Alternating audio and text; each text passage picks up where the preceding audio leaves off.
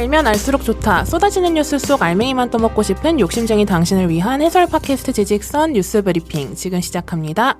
안녕하세요. 안녕하세요. 안녕하세요. 트렌드와 미디어에 빠삭하고 싶은 앤서입니다. 반갑습니다. 그렇군요. 네. 누구세요? 안내입니다. 김범래입니다. 네네. 범례가 뭐였지? IT와 경제? 그런 게 그쵸. 있었어요? IT와 경제를 사는. 우리 저희 뉴스 브리핑만의 소개가 있었나요? 그런 게 있었던 시절이 그런 게 있습니다. 있었죠. 네네네. 오랜만에 얘기를 해봤고 오늘은 오랜만에 돌아오는 만큼 그래도 지직선 청취자분들이라면 좀 많이 궁금해하실 만한 걸로 얘기를 할 거고 저도 궁금하기도 해서 미국 대선 관련해서 얘기를 해보려고 해요. 핫한 주제네요. 그러니까 우리가 뉴스브리핑 첫 소재였나 뭐 초반 소재가 미국 대선이었던 걸로 기억을 하는데 바이든이 집권을 한 완전 초창기였죠. 그쵸. 그래서 뭐 바이든의 사람들 뭐 이런 거 하고 워싱턴 어쩌고였던 것 같아요. 첫 에피소드는. 그게 만 3년이 지난 거거든요. 만 3년 이상 그쵸. 지난 거예요. 대선을 다시 하니까. 네. 언제죠, 대선이? 대선이 올해 11월입니다. 미국 대통령 임기가 4년이니까 이제 대선 레이스도 슬슬 시작되기 시작했는데 또 요즘 뉴스 보다 보면은 또 지겨운 인물들이 계속 나온단 말이죠. 누가 나오죠, 요새? 계속? 트럼프? 네, 트럼프가 계속 나옵니다. 이게 지금 트럼프 대 바이든으로 굳어지지 않았나요? 아예 거의 굳어졌다고 보시면 될 것 같고 미국이 그렇게 크고 인물이 그렇게 많은데도 아직도 바이든 트럼프입니다. 실제로 이 둘에 대한 피로도가 미국에서 있기도 해요. 그래서 유일한 후보라고는 하지만 전반적으로 선호도는 떨어져서 역대급 비호감 선거다 뭐 이런 얘기도 있긴 하더라고요. 근데 공화당에서 트럼프 말고 후보가 아예 없었던 건 아니거든요. 지금도 있었죠. 네네. 지금도 계속 뭐 신성이다 아니다 이야기는 있긴 한데 니키 헤일리라고 있어요. 드산티스가 아니군요. 네. 니키 헤일리 약간 팝 가수 이름 같지 않나요? 이름 들으면 아시겠지만 여성 후보고요. 공화당 텃밭인 사우스캐롤라이나 여기서 하원 의원을 3번을 했습니다. 그러고 2010년도에는 미국 역사상 최연소 주지사 까진 지낸 인물이고 트럼프 정부 때 굵직한 거를 하나 했어요. 유엔 대사를 했습니다. 유엔 대사를 했는데 그때 한 것 중에 이제 중요한 일이 파리 기후협약 탈퇴. 맞아요. 네. 트럼프 때 기억나요, 이거. 그런 일이 있었죠. 네, 이런 쇼킹한 일이 있었죠. 네, 2017년인가 2018년인가 그랬던 것 같은데. 기억납니다. 뭔가 핫했던 것 같아요. 이 핫했죠. 이슈가.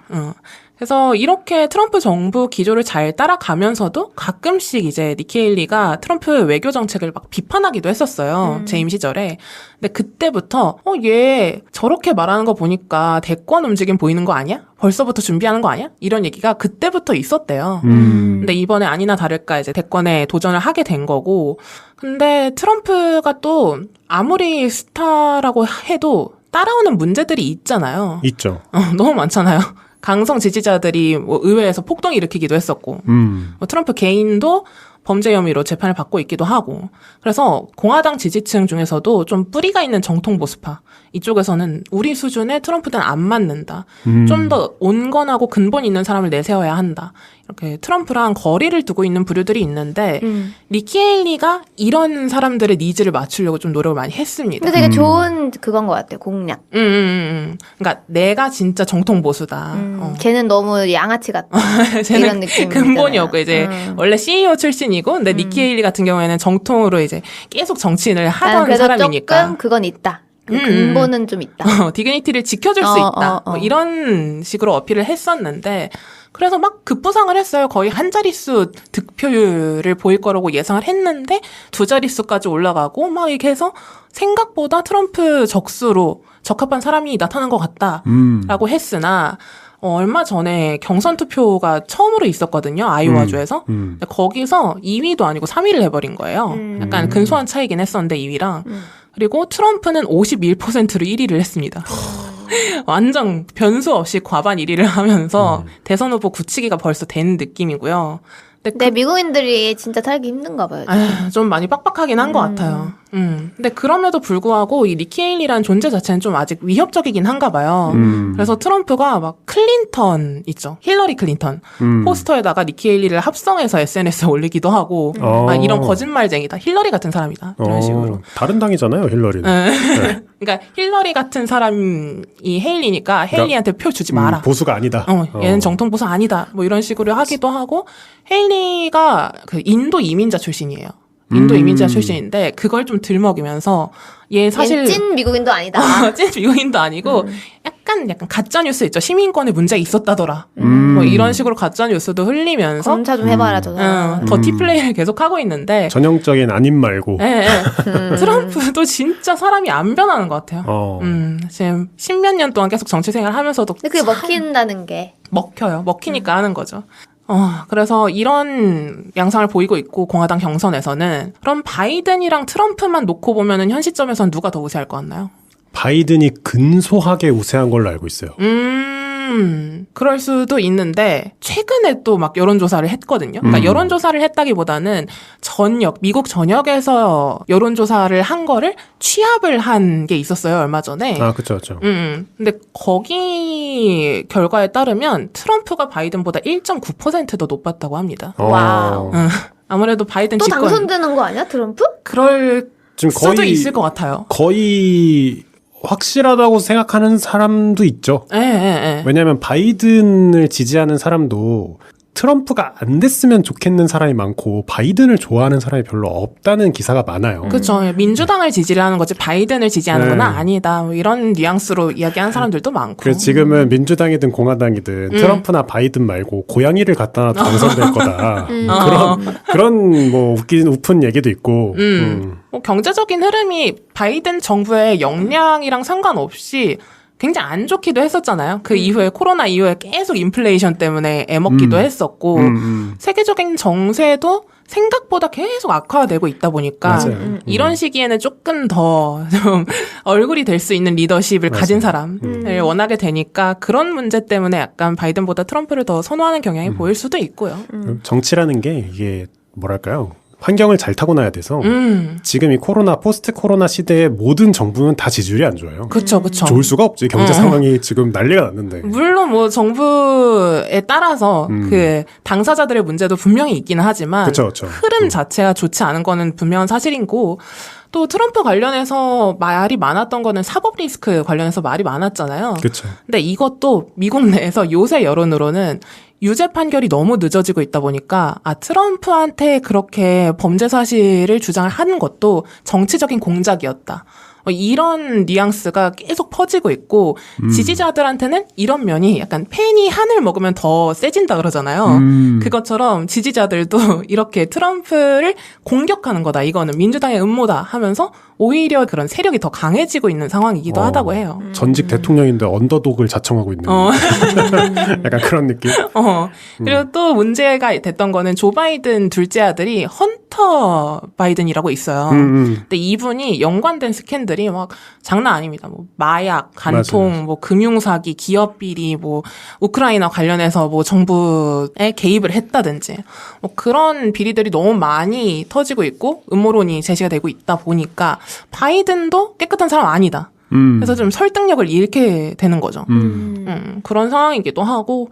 근데 그럼에도 불구하고 바이든 캠프 분위기가 뭐 아주 나쁜 상황은 아닌 게 1월 17일에 바이든 트위터에 올라온 내용이 그 재선 캠프 모금액이 하루 만에 21억 원이 됐다. 이런 거를 이제 발표를 하면서 우리 아직 살아있다.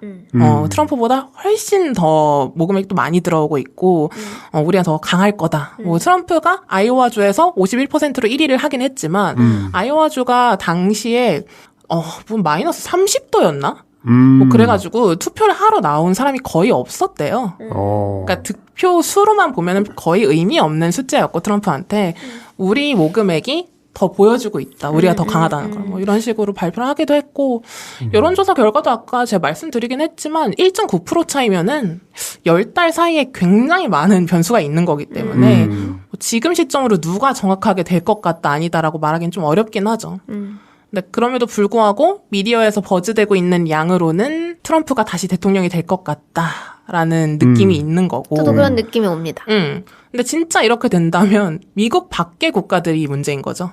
그렇죠. 미국 자국 내에서보다는 오히려 미국 밖의 국가들이 머리 미국 싸매고 내는 뭐 문제될 게 있나? 미국 내에서도 뭐 이민 정책 관련해서 그러니까 약간 어떻게 보면 약간 외부인 미국에 사는 외부인들이 문제는 뭐 그럴 수도 있고 영국 이코노미스트지에서 2024년 세계가 직면한 가장 큰 위험은 트럼프다. 뭐 이렇게 언급을 하기도 했는데 이 트럼프라는 인물 자체가 워낙 종잡을 수가 없다 보니까 그 예측 불가능성에서 오는 불안함도 있지만 이전에 집권했을 때 스타일만 보더라도 원래 보수주의를 표방하는 사람들은 자유무역 막 이런 거를 막 외치는데 트럼프 같은 경우에는 미국 우선주의 이걸 수도 없이 외치면서 고립주의적인 스탠스를 취했단 말이죠. 그래서 우방이었던 유럽에도 계속 쐐기를 박으면서 나토에서 나 탈퇴하려고 한다 이러기도 했었고 기후변화 가짜라고 실제로 대통령인 사람이 이런 말을 하면서도 또 선진국 스탠스에서 벗어나는 이야기들을 하기도 했잖아요.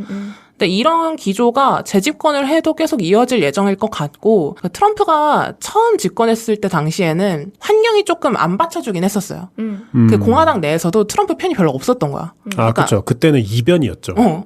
하다가 진짜 됐네. 그런 느낌이 있었잖아요. 근데 지금은 또 공화당 내에 트럼프 편들이 있고 또 세력이 생긴 상태에서 또 중요한 게 굉장히 리버럴했던 연방 대법원이 지금 굉장히 보수적으로 또 탈바꿈이 됐잖아요. 그렇죠. 그래서 여러모로 트럼프 입장에서는 굉장히 환경이 좋아졌다. 이렇게 말을 할 수가 있을 것 같고 당시에 집권했을 때는 트럼프 입에선 나오긴 했지만 말로 그쳤던 정책들 다 이뤄질 수도 있습니다. 그럼 우리나라 문제가 생기죠, 우리나라는. 그렇죠. 진짜. 그때 주한미군 그 주둔 비용 관련해서 방위분담금 방위분담금 얘기도 있었는데 지금으로 따지면은 주둔 비용이 한 1조 원 정도 되거든요. 근데 트럼프가 그때 제시했던 게 5배 올려야 된다. 오전 규모까지 올려야 한다. 뭐 이렇게 얘기를 했었는데 당시에 굉장히 강하게 푸시를 하려고 했다가 미국 국무부에서 이거는 재임할 때 첫 번째 과제로 하자. 약간 밀어두자. 설마 이 새끼가 또 되겠어. 설마. 이거는 너 다음에 할 때. 너 다음에 할 때 이거 첫 번째로 우리가 하자고 했는데 아마 될 수도 있을 것 같아서 만약에 재집권하게 되면은 미국의 첫 번째 과제로 가져갈 수 있는 부분일 수도 있고 우리 입장에서는 굉장히 부담스러운 일이기도 한 거죠. 아주 머리가 아플 예정이고 바이든이 81살. 이고 트럼프가 진짜 동안이다. 동안이죠. 미국인들 동안 찾기 힘든데. 트럼프가 77살이거든요. 형한테 그것도 없네. 상도덕도 없네. 근데 이렇게 진짜 기시감이 자꾸만 드는 이 노인들의 대결을 너무 근데 노인이다. 그렇죠. 좀 많이 젊은 노인이죠. 없나? 그래서 저는 그 기사가 제일 웃겼어요. 미국에서 그런 얘기가 있대요. 선출직 공무원의 나이 제한을 둬야 된다. 근데 여든은 심했잖아. 곧 돌아가셔야 되는.